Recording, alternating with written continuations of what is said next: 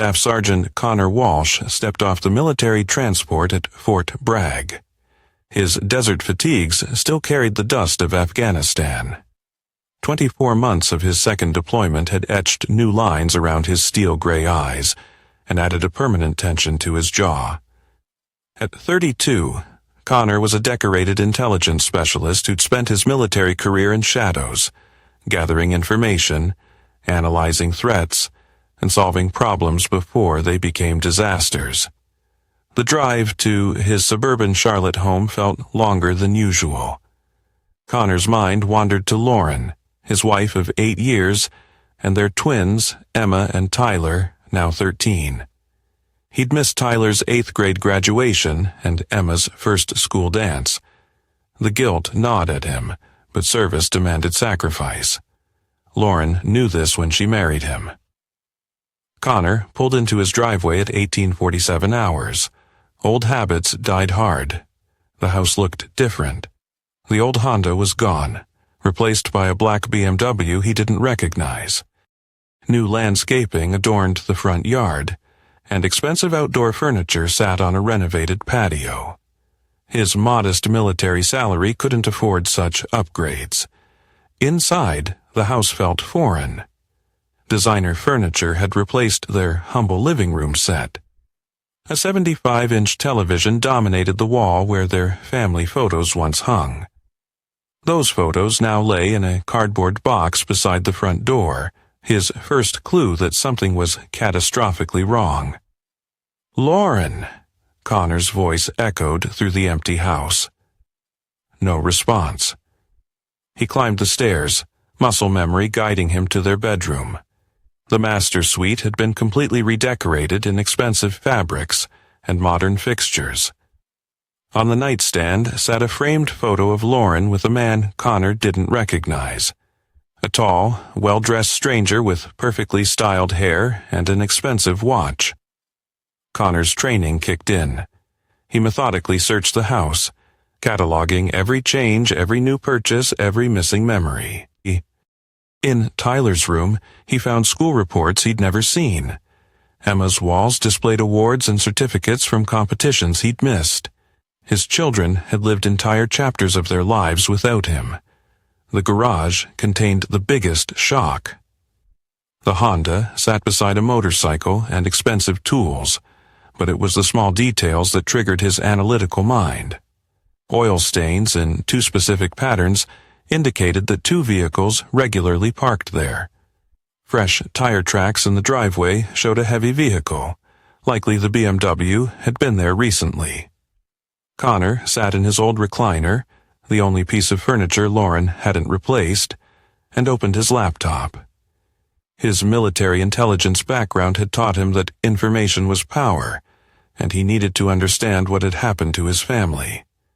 Within 30 minutes, he'd accessed public records, social media profiles, and financial databases. Lauren's Facebook page told the story. Photos spanning the past 18 months showed her with Dylan Reed, a 35-year-old commercial real estate developer. They attended charity galas, expensive restaurants, and enjoyed weekend trips to Asheville. The photos progressed from casual friendship to intimate moments. Her hand on his chest, his arm around her waist, and finally, affectionate kisses at what appeared to be New Year's Eve celebrations. The financial records painted a clearer picture. Lauren had opened a joint checking account with Dylan 6 months ago. Large deposits from Reed Development LLC funded the home renovations, new car payments, and private school tuition for the twins. Dylan Reed hadn't just taken Lauren, he had replaced Connor as provider and father figure. Connor's phone buzzed with a text from Lauren. "We need to talk. Coffee tomorrow at 10 a.m. Buggers on Providence Road." He studied the message, noting her clinical tone and choice of a public location. Lauren was planning something, and she wanted witnesses. Connor's military instincts recognized the tactical advantage of controlling the battlefield. She had chosen her ground carefully. That night, Connor didn't sleep. Instead, He sat in his darkened living room, processing the betrayal while his mind began constructing possibilities. Lauren had made critical errors. She'd underestimated the skills Connor had developed in 2 decades of military service. She'd forgotten that he was trained to identify threats, gather intelligence, and neutralize enemies. By dawn, Connor had made his decision. This wasn't just a matter of infidelity or divorce. This was war, and wars had casualties. Connor arrived at Buggers early, selecting a corner table with clear sight lines to all entrances. Old habits. He'd been analyzing Dylan Reed since 3 a.m., using resources most civilians couldn't access. Military intelligence networks had taught him that everyone had vulnerabilities. You just needed to know where to look. Dylan Reed was a success story on paper. Reed Development LLC had constructed several high-end shopping centers and residential communities around Charlotte. His company employed 43 people and maintained a pristine public image. Reed served on the boards of 2 local charities and had been featured in the Charlotte Business Journal as 40 under 40. But Connor saw deeper. Reed's ex-wife, Jessica, had filed 3 domestic violence reports, all mysteriously dropped. His business partner had died in a suspicious car accident 2 years ago, leaving Reed as sole owner of previously shared properties. Most interesting was Reed's pattern with married women. Lauren was his 4th known affair with a military spouse. Lauren entered precisely at 10 a.m., wearing a dress Connor had never seen, and jewelry that cost more than his monthly salary. She looked radiant, confident, and completely transformed from the woman he'd married. Dylan followed 30 seconds behind, a tactical formation that showed they'd planned this encounter carefully. Connor.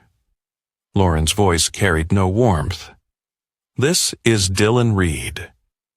Dylan extended his hand with practiced charm.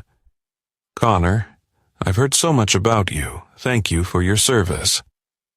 Connor studied Dylan's grip, firm but not aggressive, manicured nails, expensive watch, soft hands that had never seen real work. Everything about Dylan screamed privilege and entitlement. Connor filed away every detail while maintaining a neutral expression. Lauren says you 2 need to discuss some things, Dylan continued, his tone suggesting he was mediating a business transaction. We do, Lauren said, sliding a manila envelope across the table. Divorce papers. I've already signed them. Connor opened the envelope methodically, his expression unchanged as he read. Lauren wanted everything: the house, primary custody of the twins, alimony, and half his military pension.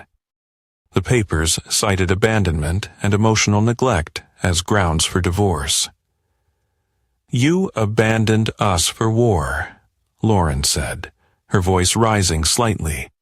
The kids barely know you. Dylan has been more of a father to them in 18 months than you've been in 13 years. Connor looked up from the papers. The twins live here now. They live with me and Dylan in the house Dylan renovated. He pays for their private school, their clothes, their activities. He's been the stable male presence they needed. And my opinion on this arrangement? Dylan leaned forward. Connor, we're trying to handle this maturely. The kids are happy, Lauren's happy. And frankly, military life doesn't seem compatible with family responsibilities. Maybe it's time to let them move forward. Connor studied Dylan's face, noting micro-expressions his training had taught him to recognize. Confidence masked by underlying nervousness, guilt hidden behind practiced charm. Dylan Reed was performing, playing a role he'd rehearsed. I'd like to see the twins, Connor said quietly. They're at school, Lauren replied quickly.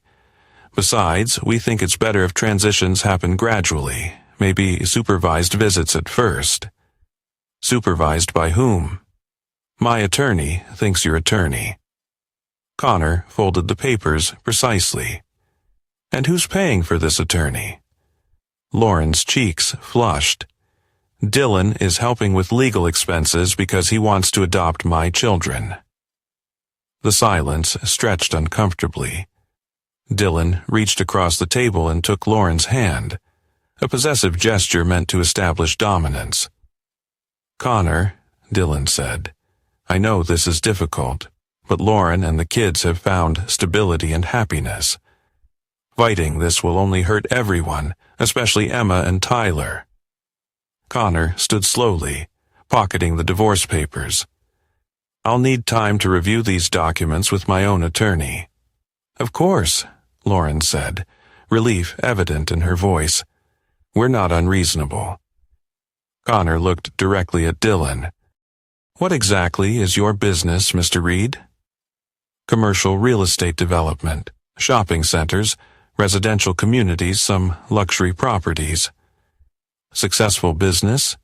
Very. Dylan's chest puffed slightly. Reed Development has 32 projects completed and 8 more in development. Impressive. Connor's tone remained neutral. Must require significant financial backing. We have excellent relationships with investors and banks. Connor nodded once. I'll be in touch. He walked away without another word, leaving Lauren and Dylan at their table. Through the window, he watched them celebrate. Lauren's relieved laughter, Dylan's triumphant smile, their casual intimacy that spoke of victory assumed. They had no idea they'd just provided Connor with everything he needed to destroy them both. That afternoon, Connor drove to his twins' private school. He watched from his car as Emma and Tyler emerged at dismissal time. They looked healthy and happy, but they climbed into Dylan's BMW without looking around for their father. Dylan ruffled Tyler's hair and kissed Emma's forehead, familiar gestures that spoke of established relationships.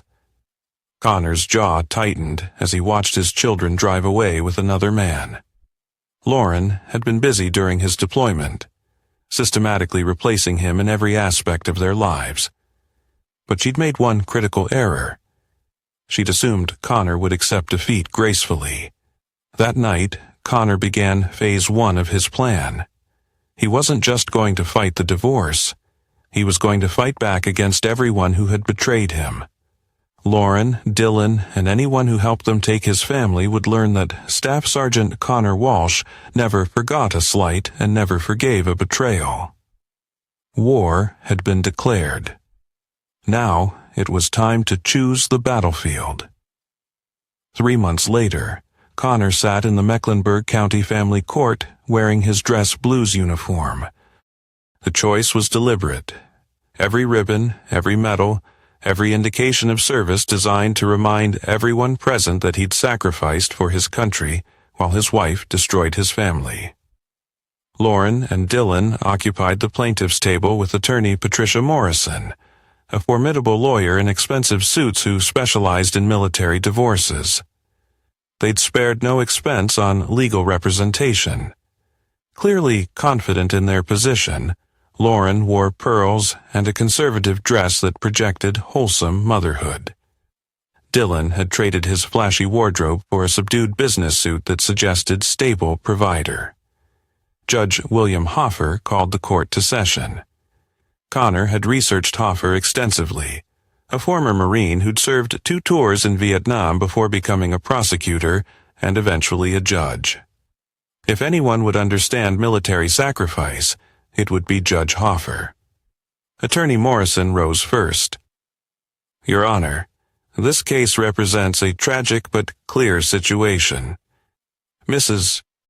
Walsh has been essentially abandoned by her husband for military deployments totaling 4 years of their 8-year marriage.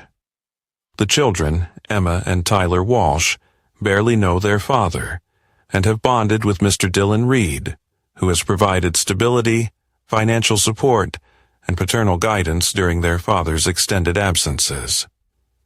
Morrison presented evidence methodically. School records showed Dylan attending parent-teacher conferences. Medical records listed Dylan as the emergency contact. Photos of family activities featured Dylan instead of Connor. She painted a picture of abandonment so complete that divorce seemed inevitable.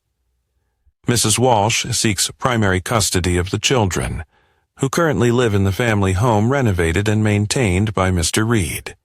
She requests alimony of $4,000 monthly and 50% of Sergeant Walsh's military pension.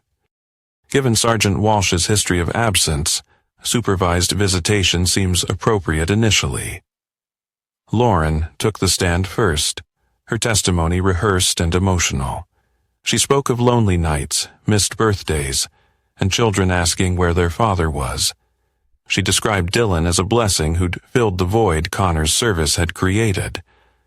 "I never wanted this," Lauren said, tears precisely timed. "But the children need stability. They need a father figure who's actually present." Dylan's testimony came next, painting himself as a reluctant hero who'd only wanted to help a struggling family. He detailed his financial contributions: $23,000 in home renovations, private school tuition, clothing, and activities. He spoke lovingly of Emma and Tyler, describing inside jokes and shared experiences that Connor had missed. "I never intended to replace their father," Dylan said solemnly, "but children need guidance and support." When Sergeant Walsh was deployed, someone had to fill that role. Judge Hoffer listened impassively, occasionally taking notes. When Morrison finished presenting the plaintiff's case, he looked toward Connor's table. "Sergeant Walsh, do you have representation?" Connor stood alone. "I'll be representing myself, Your Honor." Murmurs rippled through the courtroom. Lauren and Dylan exchanged glances. They'd assumed Connor couldn't afford quality legal counsel. "Your Honor," Connor said, his voice carrying the authority of 2 decades in uniform, "I've listened to testimony describing me as an absent father who abandoned his family for military service. I've heard Mr. Reed characterized as a heroic figure who rescued my wife and children from my neglect." Connor moved to the center of the courtroom, his presence commanding attention. "I won't dispute the facts as presented. I was deployed for 24 months during a critical period in my children's lives. I missed birthdays, graduations, and day-to-day moments that matter. Military service requires sacrifice, not just from service members but from their families." Judge Hoffer leaned forward slightly. "However," Connor continued, "I believe this court is being presented with incomplete information about the nature of this divorce and the people seeking to remove my children from my custody." Lauren's attorney stood. "Objection, Your Honor. Sergeant Walsh is making arguments without presenting evidence." Sustained.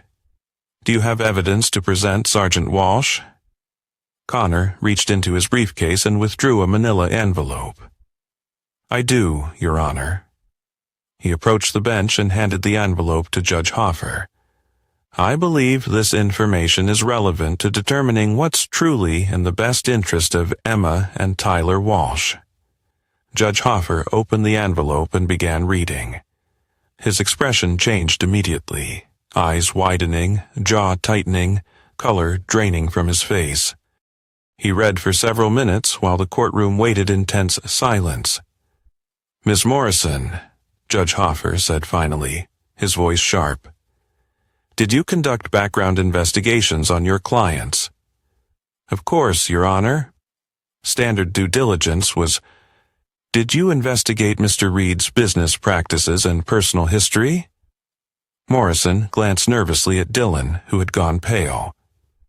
"We focused on establishing Mr. Reed's current stability and financial capability." Judge Hoffer studied the documents again. "Sergeant Walsh, where did you obtain this information?" "Through legal channels available to military intelligence personnel, Your Honor. I followed all applicable laws and regulations." "Your Honor," Morrison interjected, "we object to any evidence obtained through—" Case dismissed immediately, Judge Hoffer announced, his voice cutting through the courtroom like a blade. Lauren screamed, "What?" "No, you can't." Two FBI agents entered the courtroom from the rear doors, moving with purpose toward Dylan Reed. The lead agent, a woman in her 40s with short blonde hair, approached Dylan's table. "Dylan Reed, you're under arrest for money laundering, wire fraud, and operating an illegal gambling enterprise. You have the right to remain silent." Dylan tried to stand but stumbled backward. "This is a mistake. I haven't done anything." Lauren grabbed at Dylan's arm as the agents handcuffed him. "This isn't happening. Connor, what did you do?" The second FBI agent, a tall man with graying temples, approached Lauren. "Ma'am, you'll need to come with us for questioning regarding your knowledge of Mr. Reed's illegal activities and your potential participation in money laundering through joint financial accounts." "I don't know anything about any crimes," Lauren shouted, but she was already being escorted from the courtroom. Judge Hoffer banged his gavel repeatedly as chaos erupted. Spectators whispered frantically, attorneys shuffled papers, and court officers moved to restore order. "Clear the courtroom," Judge Hoffer commanded. "Sergeant Walsh, remain for conference." When the courtroom emptied, except for Connor and the judge, Hoffer leaned back in his chair. "Son, what the hell did you just unleash?" Connor stood at attention. "Justice, Your Honor. Sometimes it requires patience." Judge Hoffer studied Connor for a long moment. "The FBI has been investigating Reed for 8 months." "Yes, sir. I simply provided them with additional evidence and financial records that accelerated their timeline. Evidence you gathered during your deployment." "Evidence I gathered after discovering my family had been systematically replaced by a criminal, Your Honor." Judge Hoffer nodded slowly. "The divorce petition is dismissed. Custody remains with you pending investigation of Mrs. Walsh's involvement." "But Sergeant Walsh," he fixed Connor with a stern look, "this is just the beginning, isn't it?" Connor's smile was cold and predatory. "Yes, Your Honor, it is." As Connor left the courthouse, his phone buzzed with a text from an unknown number. "Dad, it's Emma. Where are Mom and Dylan?" The war had just begun, and Connor Walsh had fired the opening shot. But victory would require much more than exposing Dylan's crimes. It would require dismantling the lives of those who had betrayed him completely and permanently. Connor sat across from his twins in a sterile conference room at the Department of Social Services. Emma clutched a tissue while Tyler stared at the table, both confused and frightened by the sudden chaos that had engulfed their lives. 24 hours had passed since Dylan's arrest and Lauren's detention for questioning. "Dad," Emma said quietly, "what's happening to Mom?" Connor studied his daughter's face, seeing Lauren's features mixed with his own stubborn jawline. At 13, Emma was old enough to understand complexity, but young enough to believe in simple answers. "Your mother made some poor choices, sweetheart. She's helping the FBI understand what she knew about Dylan's business activities." Tyler finally looked up. "Dylan said you abandoned us. He said military people don't make good fathers." The words hit Connor like shrapnel, but his expression remained firm. Dylan had been influencing his children for months, systematically replacing him in their affections. The manipulation ran deeper than infidelity. It was psychological warfare against his children. "What do you think, Tyler? Do you believe I abandoned you?" Tyler's young face scrunched in confusion. "I don't know. You were always gone. Dylan took me to baseball practice and helped with homework. He bought me a bike and taught me to change oil in his motorcycle." Connor nodded. "Those are important things. Did Dylan ever talk about me? About why I was deployed?"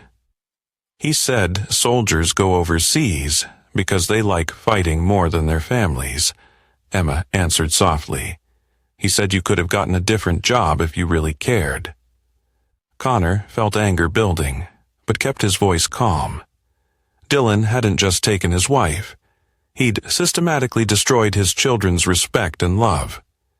This wasn't simply about an affair. It was calculated psychological abuse designed to permanently sever family bonds. "Let me tell you what I actually do," Connor said quietly but firmly.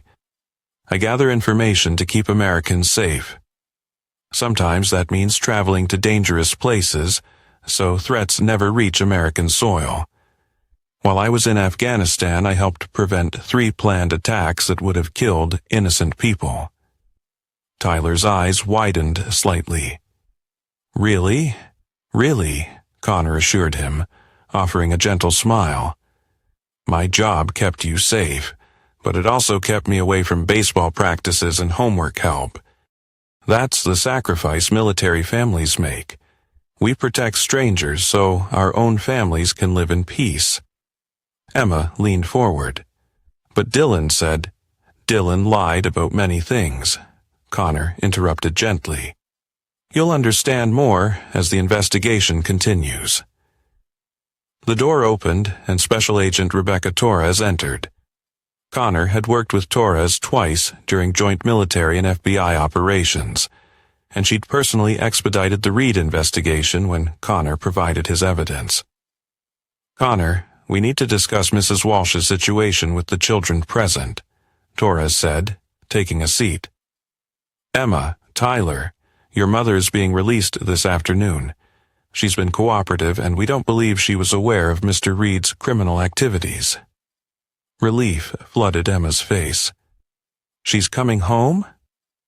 "That's complicated," Torres continued. "Your home is currently part of our investigation.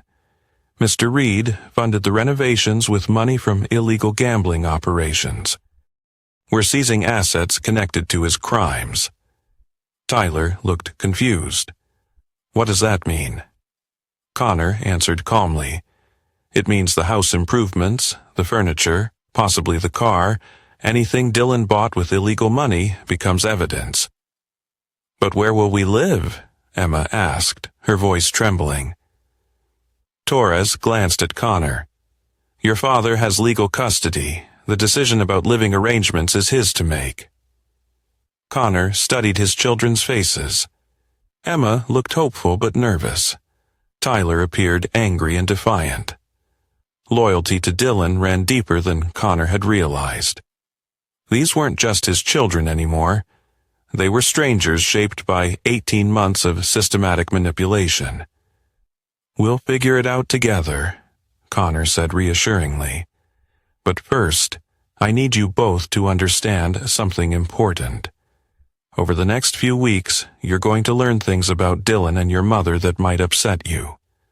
I want you to remember that none of this is your fault." Torres stood. "Connor, can I speak with you privately?" In the hallway, Torres pulled out a tablet displaying financial records. Lauren's story is partially true. She claims she didn't know about Reed's illegal gambling operation, but she definitely knew he was married when their affair started. Still married, separated, but not divorced.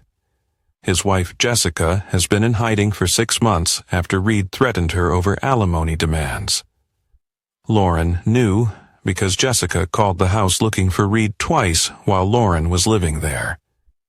Connor absorbed this information. Lauren hadn't just been unfaithful. She'd knowingly destroyed another woman's marriage. The pattern was becoming clearer. "There's more," Torres continued. "Reed has been targeting military spouses for 3 years. Always women whose husbands are deployed. Always with expensive gifts and home improvements. Always pressuring them to divorce and give him access to military benefits and pensions." "Premeditated," Connor said, his voice cold. "Absolutely. Lauren is victim number 4 that we know of. The previous 3 cases ended badly. One woman lost her children when Reed's criminal background surfaced. Another attempted to take her own life when she learned about his other affairs. And the third is in bankruptcy after Reed drained her accounts and disappeared. Connor felt ice forming in his chest. Lauren hadn't stumbled into an affair. She'd been targeted by a predator who specialized in destroying military families. But that didn't excuse her choices or the way she'd turned his children against him. "What's Reed's current status?" Connor asked. Bail denied. He's looking at 15 to 20 years on federal charges. His entire business empire was built on laundering gambling money through real estate transactions. We've frozen everything. And Lauren? Torres hesitated. She's technically a victim of fraud, but she's also someone who was unfaithful and potentially endangered her children by moving them in with a criminal. Family court will have to sort out custody issues. Connor nodded. "When can I see her?" "She'll be at the house this afternoon collecting personal belongings under FBI supervision. You could meet her there." Connor returned to the conference room where Emma and Tyler waited anxiously. Their world had collapsed in 24 hours and they needed stability. But Connor wasn't ready to offer forgiveness or reconciliation. Lauren had chosen her path, and now she would face the consequences. "Emma, Tyler, we're going home," Connor announced. "Your mother will be there to collect some of her things." "Is she moving back in?" Emma asked hopefully. Connor met his daughter's eyes. "No, sweetheart, she's not." As they walked to Connor's truck, Tyler stopped suddenly. "Dad, are you going to send us away like Dylan said you would?" Connor knelt to his son's eye level. "Tyler, I will never abandon you or Emma, but I also won't pretend that everything is okay. Our family has been broken, and fixing it will take time and honesty. Are you willing to try?" Tyler nodded reluctantly. Emma took her father's hand, the first voluntary physical contact she'd initiated since his return. Connor stood, studying his children's faces. They were damaged by months of manipulation, but they were still his. Lauren and Dylan had tried to steal everything from him, but they'd failed. Now came the harder task, rebuilding his family while ensuring that everyone who had betrayed him paid the full price for their actions. The war was far from over. In fact, it was just beginning. Lauren sat in Connor's living room, their former living room, surrounded by cardboard boxes and FBI agents cataloging evidence. She looked fragile and defeated, a stark contrast to the confident woman who had demanded everything in divorce court just days earlier. Connor entered with Emma and Tyler, who immediately ran to their mother. Lauren held them tightly, tears streaming down her face. "I'm so sorry," she whispered repeatedly.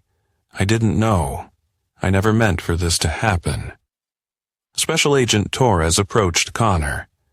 "We've identified $17,000 in illegal proceeds used for household improvements.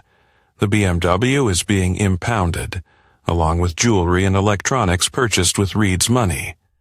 Mrs. Walsh can keep personal items and anything purchased before the affair began." Connor surveyed the damage. His modest military home had been transformed into a crime scene. Chalk outlines on walls showed where expensive artwork had hung. Empty spaces marked where luxury furniture had been confiscated. The life Lauren and Dylan had built was literally disappearing before their eyes. "Mom," Emma said tearfully, "where will you live?" Lauren glanced at Connor, hope flickering in her eyes. "I don't know yet, sweetheart. Maybe your father and I can—" "No," Connor said quietly but firmly. "We can't." Lauren's face crumpled. "Connor, please. I know I made mistakes, but we can work through this for the children." Tyler looked between his parents, confusion evident. "Dad, why can't Mom stay? She said she was sorry." Connor knelt beside his son. "Tyler, some mistakes can't be fixed by saying sorry. Your mother chose Dylan over our family. She chose to lie to you about me, and she chose to let a criminal live in our home with you and Emma. But she didn't know Dylan was a criminal, Emma protested. She knew he was married to another woman, Connor replied. She knew taking money from him was wrong. She knew turning you against me was cruel. Those weren't mistakes, they were choices. Lauren stood shakily. Connor, I was lonely and scared. You were gone so much and Dylan made me feel special. He promised to take care of us. By destroying another man's family? By stealing from his own wife? By targeting military spouses specifically? Connor's voice remained level, but ice crept into his tone. You weren't his first victim, Lauren.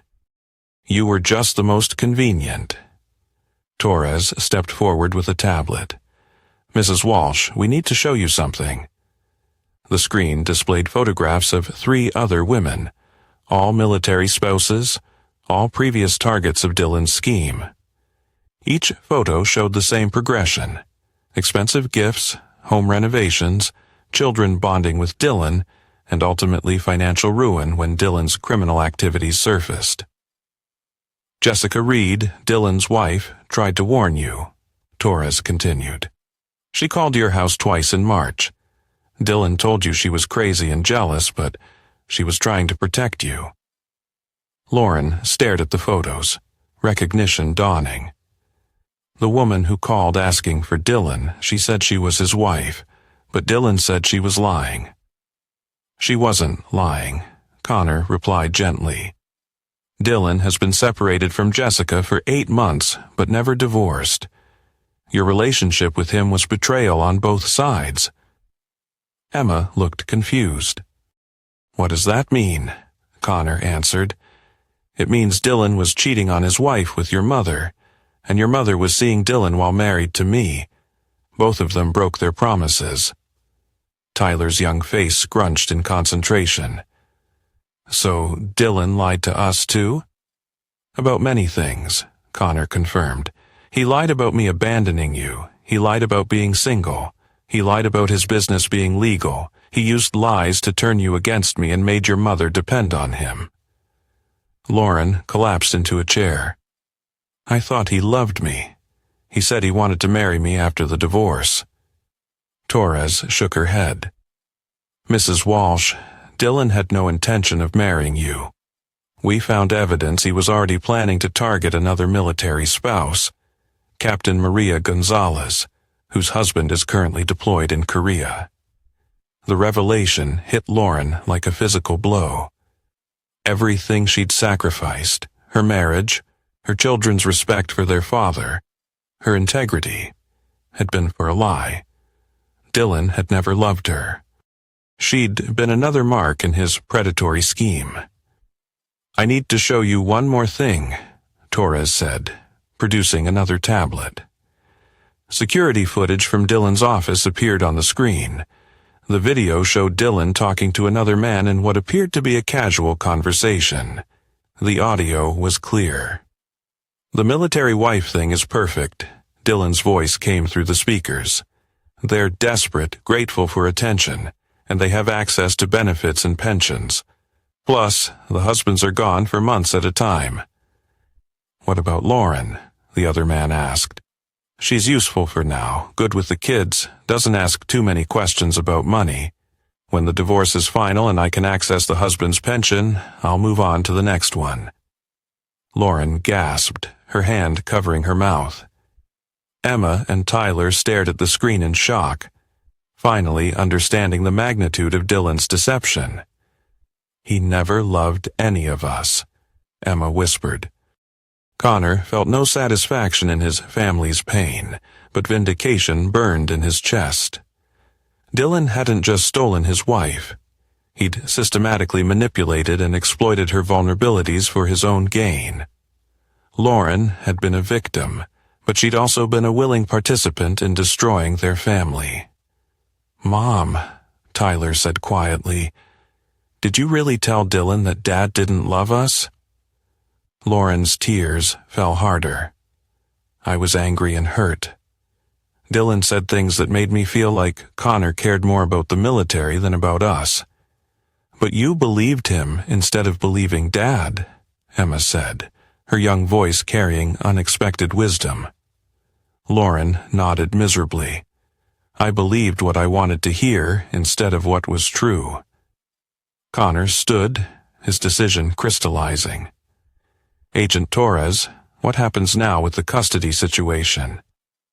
That's between you and Mrs. Walsh. The FBI investigation doesn't impact family court decisions about the children. Connor looked at Lauren, who stared at him with desperate hope. Connor, please. I know I hurt you, but I never stopped loving you. We can rebuild. We can make this work. No, Connor said quietly, we can't. But the children need both parents, Lauren pleaded. The children need stability and truth, Connor interrupted. They need to understand that actions have consequences, and they need to see that betrayal isn't forgiven just because someone says sorry. Lauren stood shakily. You're punishing me. I'm protecting my family from someone who chose to destroy it, Connor replied calmly, but his words cut like surgical instruments. You made your choice, Lauren. Now you live with the consequences. Emma looked between her parents. Dad, does this mean you and Mom will never get back together? Connor knelt beside his daughter. Emma, some things can't be repaired once they're broken. Your mother chose Dylan over our family. That choice has consequences that last forever. As FBI agents continued cataloging evidence and preparing to escort Lauren from the house, Connor realized that revealing Dylan's true nature was only the first step. Lauren's betrayal ran deeper than adultery. She'd systematically poisoned his children against him while building a life with a criminal. Forgiveness wasn't possible. Justice wasn't complete. The war would continue until everyone who'd betrayed him understood the full price of their treachery. 2 weeks after Dylan's arrest, Connor discovered that the betrayal ran even deeper than adultery and fraud. He sat in his home office, surrounded by documents that painted a picture of systematic deception spanning not just months, but years. Emma and Tyler were at school, adjusting slowly to their new reality. Lauren had moved into a small apartment across town, surviving on the modest income from her part-time job at a medical office. Dylan remained in federal custody, his bail denied after prosecutors demonstrated he was a flight risk with offshore accounts and false identities. But Connor's military intelligence training had taught him to dig beneath surface explanations. Something about the timeline bothered him. Dylan's targeting of Lauren seemed too precise, too well informed about Connor's deployment schedule and family vulnerabilities. The answer came from an unexpected source. Master Sergeant Rick Holloway, Connor's longtime friend and fellow intelligence specialist, called with disturbing news. Connor, you need to see something, Rick said over the secure line. Meet me at the usual place in 30 minutes. They met at a truck stop outside St. Louis, away from potential surveillance. Rick handed Connor a thick folder. Dylan Reed had inside information about your deployment timeline, your family's financial situation, and your marriage problems, Rick said grimly. Someone with access to military personnel records was feeding him intelligence. Connor opened the folder, finding classified documents that should never have left secure facilities. His deployment orders, family contact information, psychological evaluation reports, and financial records, all stamped with access logs showing when and who had retrieved them. Who? Connor asked, though ice was already forming in his stomach. Staff Sergeant Marcus Webb, your wife's brother.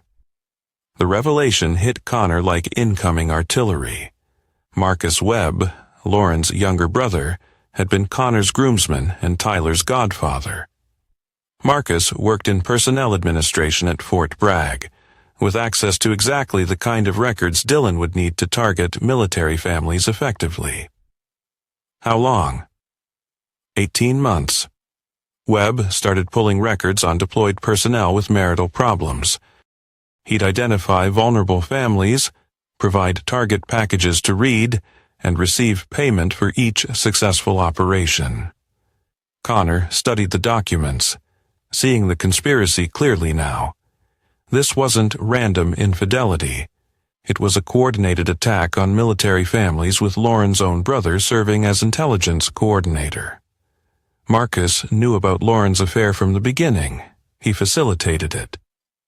Webb identified you as a target, provided Reed with your family's psychological profiles and financial vulnerabilities, and helped plan the timeline for maximum family destruction.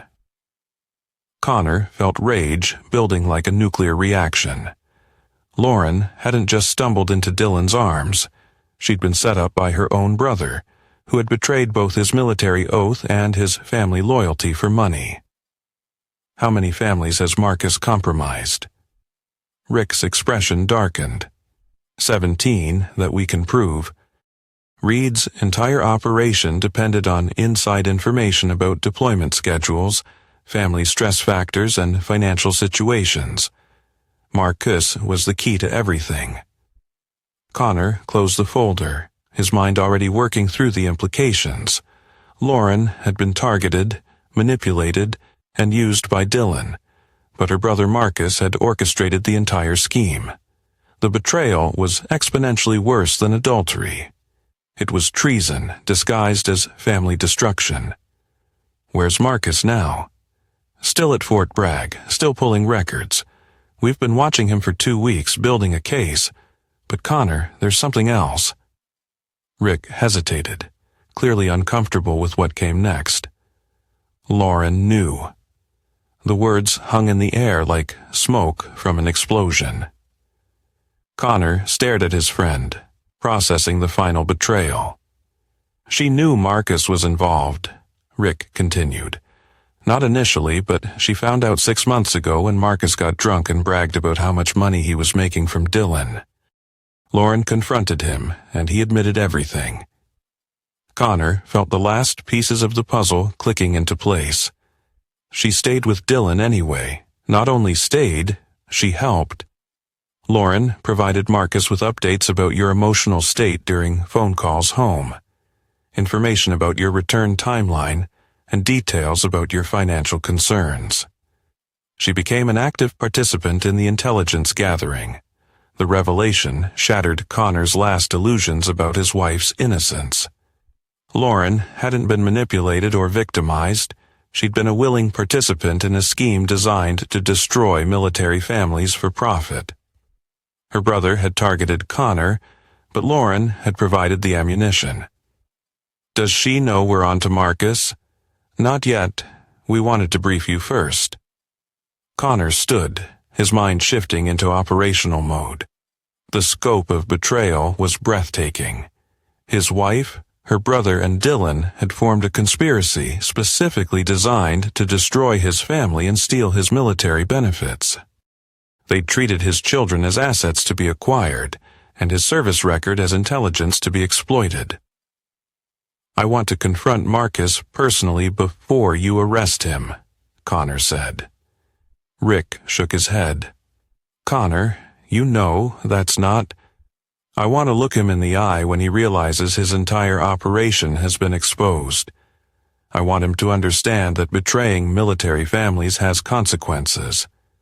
The investigation needs to follow proper channels. The investigation has what it needs, Connor interrupted. You said you've been watching for 2 weeks. You have documented evidence of 17 compromised families. Marcus Webb is finished. Either way, Rick studied Connor's face, recognizing the cold determination that had made him effective in hostile territories. 1 hour, Rick said finally. We'll arrange for you to visit Marcus at Fort Bragg under the pretext of discussing family issues related to Lauren's situation. But Connor, no violence. We need him intact for prosecution. Connor nodded, but his smile was arctic. I won't lay a hand on him. That afternoon, Connor sat across from Marcus Webb in a private office at Fort Bragg. Marcus looked nervous but tried to project friendly concern. "Connor, man, I'm so sorry about Lauren and this whole Dylan situation," Marcus said. "I had no idea she was involved with such a scoundrel." Connor studied Marcus's face, noting the micro-expressions his training had taught him to recognize. Forced sincerity, masking guilt, practiced lies delivered with apparent concern. Marcus was performing just like Dylan had performed in the coffee shop. "It's been devastating," Connor replied. "Learning that people you trust have been lying to you, manipulating your family, stealing your future." Marcus nodded sympathetically. Dylan really fooled everyone. Even Lauren thought he was legitimate. "Did she?" Connor leaned forward slightly. "Because I've learned some interesting things about Dylan's operation. Apparently, he had inside information about military families, deployment schedules, financial records, psychological profiles." Marcus's face went pale, but he maintained his act. "Really? How would he get that kind of information?" Connor placed a folder on the desk between them. "From someone with access to military personnel records. Someone who could identify vulnerable families and provide target packages for a predator like Dylan." Marcus stared at the folder, but didn't reach for it. His hands trembled slightly as he processed the implications. "Connor, I don't know what you're suggesting." "I'm not suggesting anything," Connor interrupted. "I'm telling you that your entire operation has been exposed. 17 military families destroyed for profit. Your sister used as bait to steal military benefits. My children turned against me as part of a criminal conspiracy." Marcus started to stand, but Connor's voice stopped him. "Sit down, Marcus. We're not finished." The authority in Connor's tone, 20 years of military command, compelled obedience. Marcus sat heavily, his facade crumbling. "You targeted your own sister's husband," Connor continued.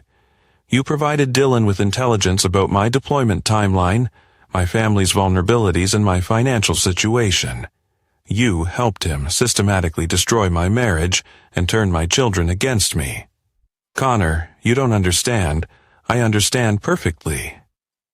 Connor opened the folder, revealing classified documents with Marcus's signatures. "Dylan paid you $50,000 over 18 months to destroy military families. Your sister was just another target." Marcus stared at the evidence, his breathing becoming rapid and shallow. "You can't prove—" "Staff Sergeant Webb, you're under arrest for espionage, conspiracy to commit fraud, and violation of the Computer Fraud and Abuse Act." Military police entered the office from both doors, surrounding Marcus with practiced efficiency. As they read him his rights and applied handcuffs, Marcus looked at Connor with desperate eyes. "Connor, please, Lauren didn't know. She's innocent in this." Connor stood slowly, his expression arctic. "Lauren knew 6 months ago, Marcus. She chose to continue the operation anyway. She's as responsible as you are." As they led Marcus away, Connor felt a cold satisfaction settling in his chest. The conspiracy against his family had been more extensive and malicious than he'd imagined, but it was also more vulnerable than the conspirators had realized. Lauren, Dylan, and Marcus had underestimated the skills Connor had developed in 2 decades of military service. They'd forgotten that he was trained to identify threats, gather intelligence, and neutralize enemies. The war wasn't over. In fact, it was about to escalate beyond anything his enemies had imagined possible. Connor sat in his truck outside Lauren's apartment complex, watching his estranged wife through her kitchen window. She moved mechanically, preparing dinner alone in the cramped space that had become her world since Dylan's arrest. Her phone buzzed constantly. Reporters, attorneys, creditors, and collection agencies calling about Dylan's seized assets. But Lauren didn't know about Marcus yet. She didn't know that her brother's arrest 3 hours earlier had exposed her own complicity in the conspiracy. She believed her role as victim was still credible. Connor's phone contained 17 text messages from Lauren over the past week, each more desperate than the last. Connor, please let me see the kids this weekend. I know you're angry, but we need to talk about our family. Emma asked if I'm coming to her school play. Can we make arrangements? The FBI says Dylan's victims might get some money back. Maybe we can start over. Connor hadn't responded to any of them. Let Lauren believe reconciliation was possible. Let her hope that his silence indicated forgiveness rather than planning. She would understand the full scope of her situation soon enough. Emma and Tyler were staying with Connor's parents in Virginia for the weekend, giving Connor freedom to execute the next phase of his plan. His children had suffered enough trauma watching their family implode. They didn't need to witness what came next. Connor entered Lauren's apartment building using the security code she'd given him weeks earlier, back when she'd still hoped for reconciliation. He climbed to the 3rd floor and knocked on apartment 3B. Lauren opened the door, her face lighting with desperate hope. Connor, I wasn't expecting. We need to talk, Connor said, stepping inside without invitation. Lauren's apartment was a study in fallen circumstances. Discount furniture, thrift store clothing, and generic groceries reflected her new financial reality. The woman who'd lived in luxury just months earlier now counted every dollar. I'm so glad you came, Lauren said, closing the door. I've been thinking about us, about the family. Maybe we can sit down, Lauren. Something in Connor's tone made Lauren's hopeful expression falter. She sat on her second-hand couch, wrapping her arms around herself defensively. Connor remained standing, dominating the small space with his presence. Marcus was arrested this afternoon. Lauren's face went white. What? What? Espionage, conspiracy to commit fraud, computer crimes. He's been feeding military intelligence to Dylan Reed for 18 months, helping target vulnerable military families for financial exploitation. Lauren's mouth opened and closed wordlessly. She stared at Connor as the implications sank in. You knew, Connor continued. Marcus told you 6 months ago when he was drunk. You knew your brother was betraying military families, including ours. You knew Dylan's operation was based on stolen, classified information. Connor, You helped. Connor's voice cut through her attempted denial. You provided Marcus with intelligence about my emotional state during phone calls. You gave him updates about my deployment timeline. You fed information into a conspiracy designed to destroy our family. Lauren stood shakily. That's not... You understood perfectly, Connor interrupted, stepping closer, his presence intimidating in the confined space. You knew Dylan was using stolen military intelligence to target soldiers' families. You knew he was still married. You knew he was using you to get access to my military benefits, and you chose to participate anyway. Lauren backed against the wall, tears streaming down her face. Connor, please. I was confused and lonely. Marcus said you didn't love us anymore. Marcus said what Dylan paid him to say, Connor replied, his voice deadly calm. Your brother sold intelligence that helped Dylan identify you as a target. Then you helped to provide the information needed to destroy our marriage. But I love you, Lauren whispered desperately. I know I made mistakes, but we can work through this. For the children. Connor studied his wife's face, the woman he'd married 8 years earlier, who'd promised to love and honor him through deployments and hardship. She looked smaller now, diminished by the weight of her choices. You turned my children against me. You let a criminal live in our home. You helped your brother betray 17 military families. You participated in a conspiracy that treated military service members as targets to be exploited. I didn't think. You didn't care, Connor interrupted. You cared about expensive furniture and private schools and feeling important. You cared about Dylan's money and attention. You didn't care that it came from destroying other families.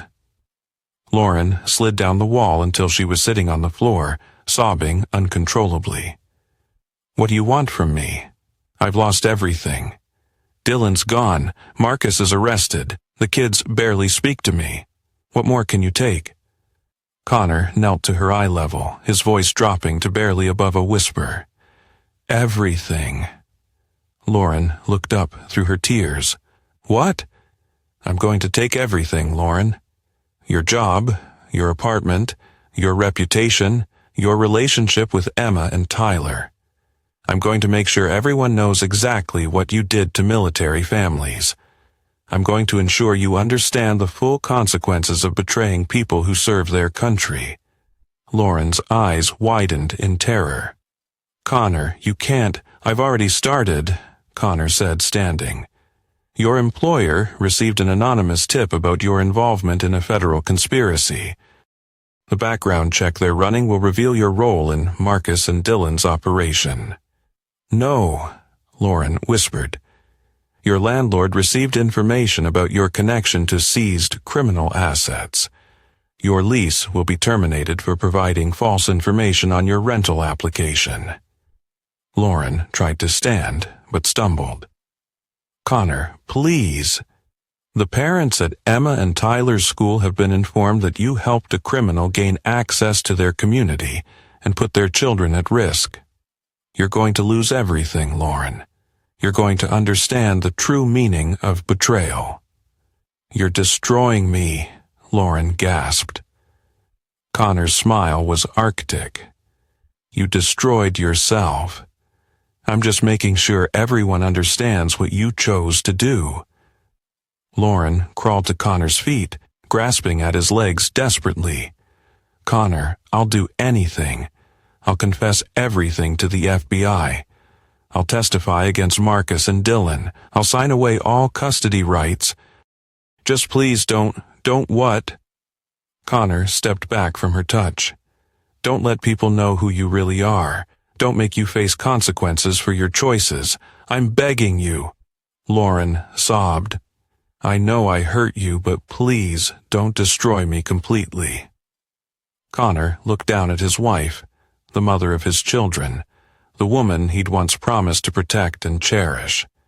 She looked broken and pathetic, reduced to begging for mercy she'd never shown their family. Lauren, Connor said quietly, you had 18 months to consider consequences. You chose Dylan's money over our marriage. You chose Marcus's lies over your husband's service. You chose to help destroy 17 military families for personal gain. He moved toward the door, pausing at the threshold. Now you get to live with those choices forever. Connor left Lauren sobbing on her apartment floor, her desperate pleas echoing in the hallway behind him. Phase 2 of his plan was complete.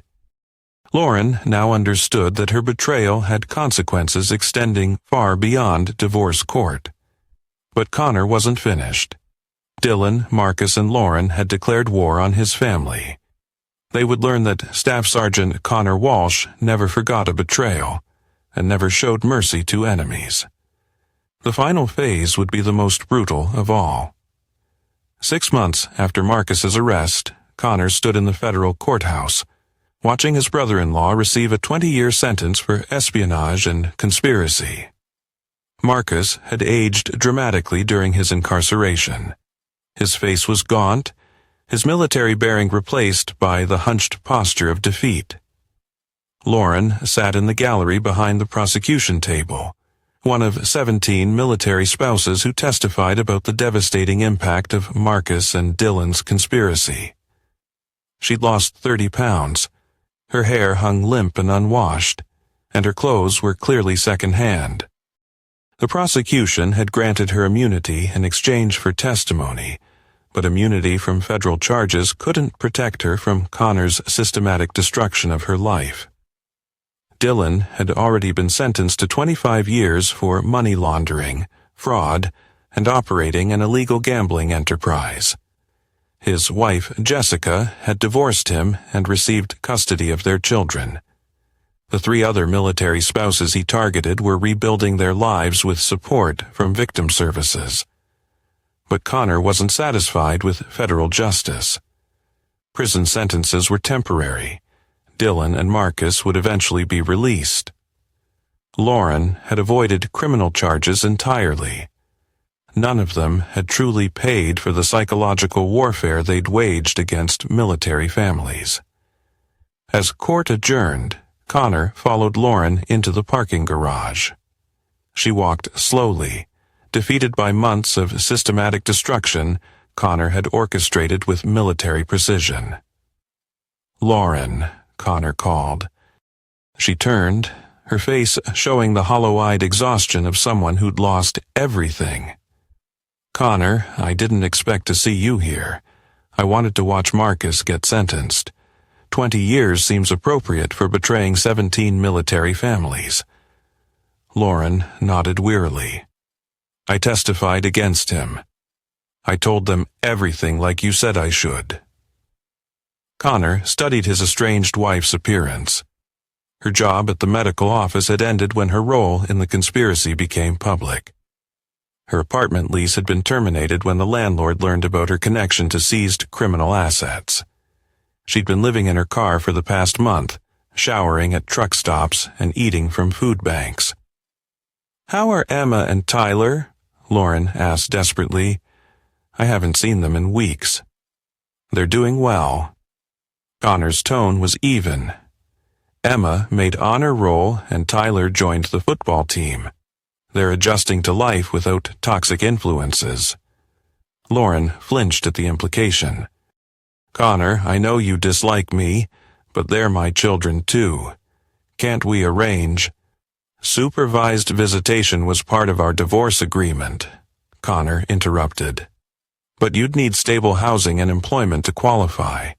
You'd also need to pass a psychological evaluation and demonstrate you're not a threat to their well-being."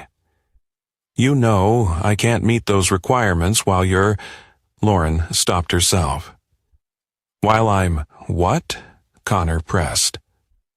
Lauren looked around the empty parking garage, confirming they were alone. "While you're destroying every opportunity I have to try to rebuild. Every job application gets rejected after background checks. Every apartment application gets denied. Every attempt to start over gets sabotaged." Lauren's voice was bitter. Connor's expression remained neutral. "Are you suggesting I'm interfering with your attempts to find employment and housing?" "I'm not suggesting anything," Lauren said sharply. "I'm telling you directly. You're systematically destroying my life." "No, Lauren, you destroyed your life. I'm just making sure you understand the consequences." Lauren's composure finally cracked. "Connor, please. I've lost everything. My job, my home, my children, my brother. I sleep in my car and eat at soup kitchens. What more do you want?"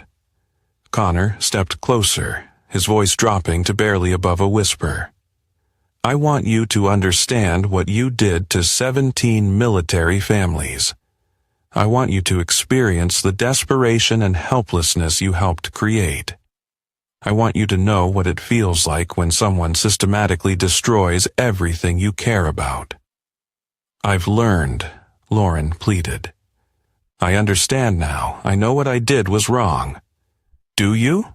Connor's smile was predatory. "Because I don't think you've learned anything yet." Lauren backed against her car, a 10-year-old Honda with over 200,000 miles, and rust eating through the wheel wells. "What do you mean?" Connor pulled out his phone and showed Lauren a series of photographs. Her face went white as she recognized the images. These were taken at the truck stop where you've been showering, Connor said. Lauren's hands shook as she stared at the photos. Those men approached me. I never— Of course you didn't, Connor agreed. But the photos could be interpreted differently by someone who didn't know the full context. You're going to. I'm going to make sure Emma and Tyler understand what their mother has become, Connor said calmly. They should know that the woman who claims to love them is living like a prostitute in truck stop parking lots. Lauren collapsed against her car, sobbing hysterically. Connor, please don't show those to my children. I'll do anything you want. You'll do anything I want anyway, Connor replied, because you have no other options. Lauren looked up through her tears, seeing something in Connor's expression that terrified her more than federal prison or homelessness. What do you want? Connor knelt to her eye level, speaking quietly, but with unmistakable authority. I want you to disappear, Lauren.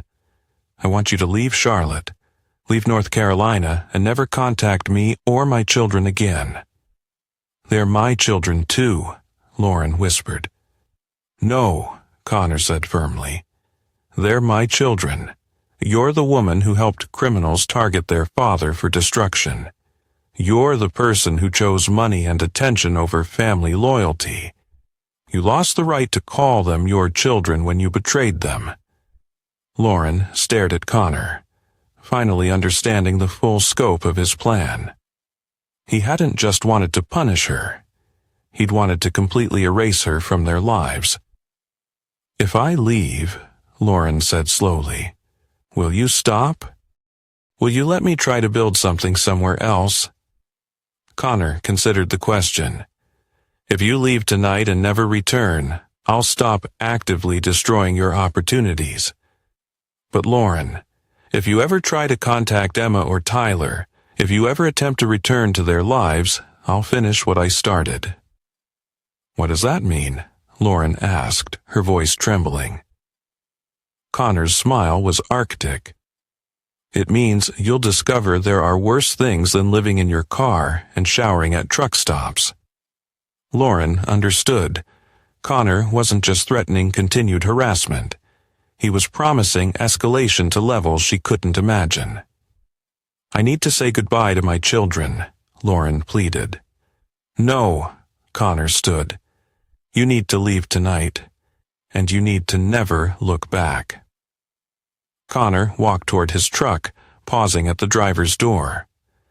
Lauren, the photographs of you at truck stops, I have dozens of them, video recordings too.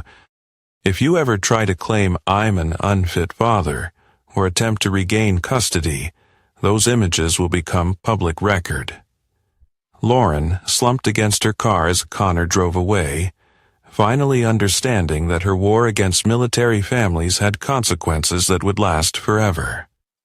She had chosen betrayal over loyalty, and now she would spend the rest of her life paying the price.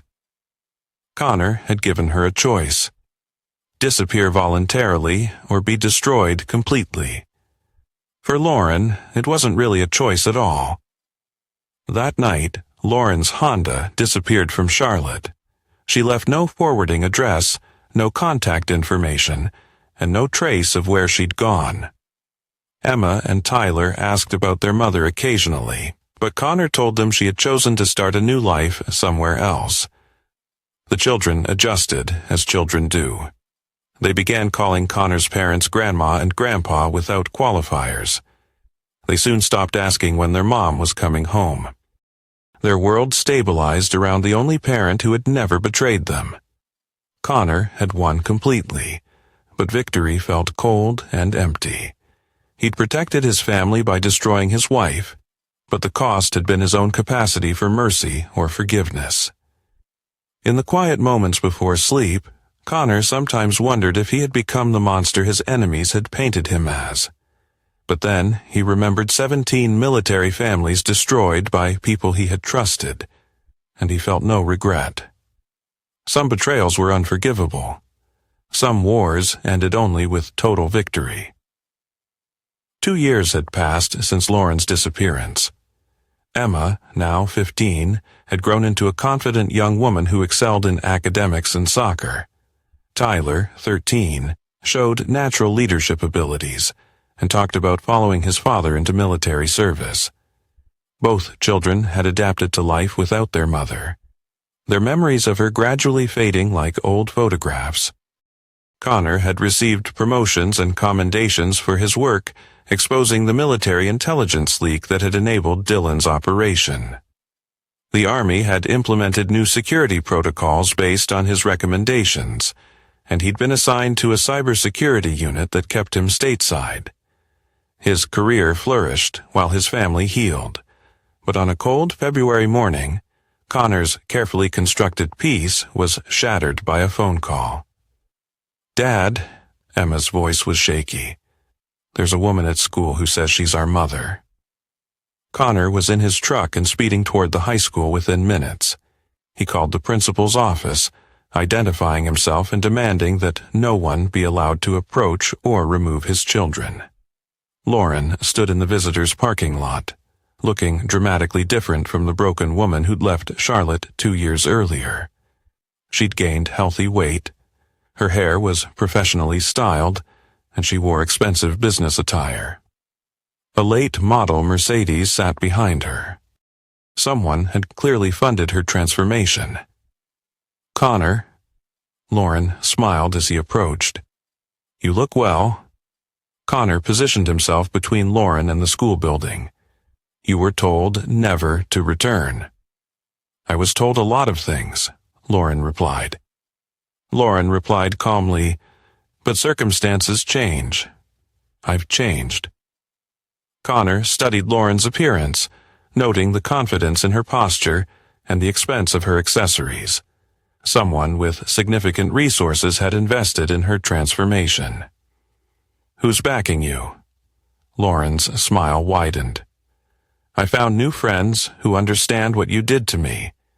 People who believe military families should be protected from abusive spouses like you." Connor felt ice forming in his chest. "Explain." "I've been working with the Military Family Justice Foundation," Lauren said. "They help military spouses who have been abandoned, abused, and systematically destroyed by controlling husbands. My story has become quite compelling." Connor processed this information rapidly. Someone had weaponized Lauren's victimhood narrative, transforming her from criminal co-conspirator into a poster child for military spouse abuse. "I've written a book," Lauren continued. "It's being published next month.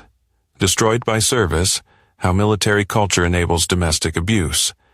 I detail how you systematically destroyed my life, denied me access to our children, and used your military connections to ruin my reputation." Connor's jaw tightened. "Your reputation was ruined by your own choices." "Was it?" Lauren pulled out her phone, showing Connor a professionally produced website. "Because my new friends see a different story.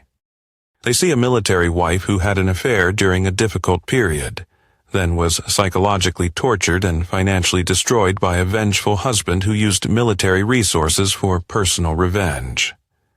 The website was sophisticated, featuring Lauren's transformation story, testimonials from other abused military spouses, and donation buttons for the Military Family Justice Foundation. Lauren had been repackaged as a survivor rather than a co-conspirator. "The foundation has hired attorneys," Lauren continued. "We're filing for emergency custody modification based on new evidence of your psychological abuse and manipulation. We're also pursuing federal civil rights violations for your use of military resources to destroy a civilian." Connor realized Lauren's disappearance hadn't been a defeat. It had been a strategic withdrawal. She'd spent 2 years building a new narrative with professional help, transforming herself from criminal accomplice into victim advocate. "Emma and Tyler know the truth about what you did," Connor said. "Do they?" Lauren's expression turned predatory. "Because they were children when their family fell apart." children who only heard their father's version of events. But now they're old enough to understand that sometimes parents lie to protect themselves. Connor's phone buzzed with a text from Emma. "Dad, there are news cameras at school. People are saying you abused Mom. What's happening?" Lauren noticed Connor checking his phone. "The media loves stories about military families torn apart by abuse. My book publisher arranged interviews with 3 major networks. The story goes national tomorrow morning." Connor understood the full scope of Lauren's new strategy. She wasn't trying to rebuild her old life. She was constructing a new identity as a victim advocate, while simultaneously working to destroy Connor's reputation and military career. "You won't win," Connor said quietly. "I already have," Lauren replied. "My attorneys have documented evidence of your systematic harassment, financial manipulation, and psychological abuse. Military Family Justice Foundation has connections throughout DoD and Congress. Your career is over, Connor." Connor studied Lauren's confident expression, recognizing the same predatory smile she'd worn when she thought Dylan's money could buy her a new life. She'd found new sponsors for her schemes, new resources to fund her attacks on military families. "Lauren," Connor said carefully, "you're making the same mistake you made with Dylan. You're trusting people who are using you for their own agenda." "These people understand me," Lauren replied. "They've helped me heal from the trauma you inflicted." "They've helped you construct a lie," Connor corrected. "And when that lie serves its purpose, they'll discard you, just like Dylan did." Lauren's confidence flickered momentarily. "You're trying to manipulate me again." "I'm trying to warn you," Connor interrupted. "Because Emma and Tyler will learn the truth eventually. When they understand you've spent 2 years constructing lies about their father, instead of trying to rebuild a relationship with them, they'll never forgive you." "They'll understand that I fought for them," Lauren said, but her voice lacked conviction. Connor stepped closer, his voice dropping to barely above a whisper. "Lauren, you have one chance to walk away from this. Take your book deal, take your foundation sponsors and disappear again, because if you try to destroy my family a second time, I won't show the mercy I showed you before." Lauren's eyes widened slightly. "Are you threatening me?" "I'm promising you," Connor replied. "You learned what I'm capable of when someone betrays my family. Don't make me demonstrate what I'm capable of when someone attacks my children directly." Lauren backed toward her Mercedes, some of her confidence evaporating. "The foundation has lawyers, Connor.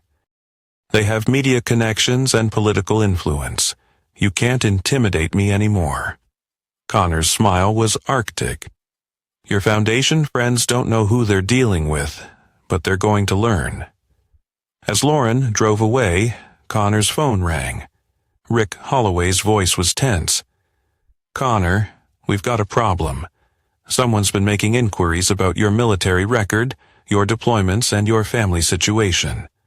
Professional inquiries with serious backing." "Military Family Justice Foundation," Connor replied, Lauren's back with new sponsors. "Jesus, what's your play?" Connor watched Lauren's Mercedes disappear into traffic, his mind already shifting into operational mode. He knew the war for his family's future wasn't over, and he resolved to fight as long as it took to protect those he loved. Find out who's really behind this foundation. Find out who's funding Lauren's transformation and what they want, and if they're legitimate advocates for military families. Connor's expression hardened. Then they won't mind scrutiny of their methods and funding sources. As Connor walked back toward the school to collect his children, he realized the war wasn't over. Lauren had simply changed tactics, finding new allies who shared her desire to destroy military families. But she'd made one critical error. she had returned to a battlefield where Connor held every advantage. The final battle was beginning, and this time, Connor wouldn't show mercy to anyone who threatened his family. Lauren, her foundation sponsors, and anyone who supported their attack on military families would learn that some enemies never stopped fighting. The reckoning was complete, but the war would continue until every threat to his family was permanently neutralized. In the end, Connor Walsh had won completely, but victory had transformed him into something harder and colder than the man who'd returned from deployment 2 years earlier. He protected his family by becoming ruthless, but the cost was his own humanity. Emma and Tyler were safe, but they would grow up knowing their father was capable of destroying anyone who threatened them. Lauren had learned too late that some betrayals carry consequences that last forever. Her attempts at redemption were just new forms of the same selfishness that had destroyed her family originally. She would spend the rest of her life paying for choices that seemed profitable at the time but cost her everything that mattered. Some wars end with reconciliation. Others end with total victory. Connor Walsh had chosen victory, and he would live with that choice for the rest of his life.